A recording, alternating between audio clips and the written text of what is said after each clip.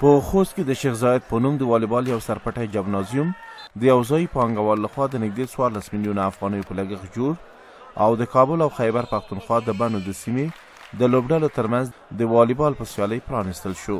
یا د جالبې او په زړه پورې سیالۍ ته چې شاوخوا 2000 نندارچیان راټول شوي ول د کابل د یوې لوبډلې په بریا سرته ورسېده.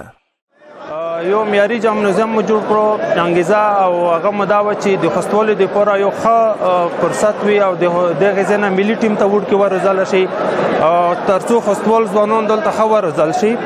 نو په راتلونکي کې انشاءالله یوه په معیارو برابره اکاډمي مو نظر کېدو، د فوټبال دپاره جمنازیوم مو په نظر کې ده. خوستي ورزشکاران وایي په دې ځای کې د والیبال د برخې ښه استعدادونه موجود دي، خو دوی ته د تمرینونو او زده کړو د مناسبو ځایونو د نشتون له کبله لازم پرمختګ نه دی کړی. نو موږ د دولت نه بیا هم دا غوښتنه کوو چې که دا رقم ته میدانونه 2-3 موږ ته نور هم په مرکز کې بازار په زړه کې جوړ شي، نو دا به د خوست دپاره ډېره یو غوټه ګټه وي. د خوست اوسیدونکي وایي سپورت د خلکو د جسماني روغتیا سربیره د یوې بلې سیمې د کلتورونو د آشنایۍ او د ځوانانو د اړیکو په پراختیا کې هم ګټور تمامیږي.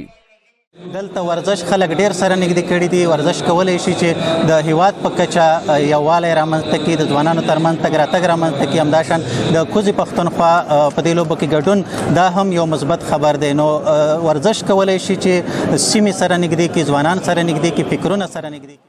د کوزې پښتونخوا ورزشکاران وایي که چیرې د دواړو لورو اوسیدونکو په ځانګړي ډول ورزشکارانو ته په نږدې لارو یو بل لوري ته د تګ اجازه ورکړل شي، په دې سره په پښتون میشتو سیمو کې سپورت لا ډیر پرمختګ وکړي. دلته چې دا ګلمحون لاره کولاو شي نو موږ دلته ډېر لنډ راتلی شو که نه.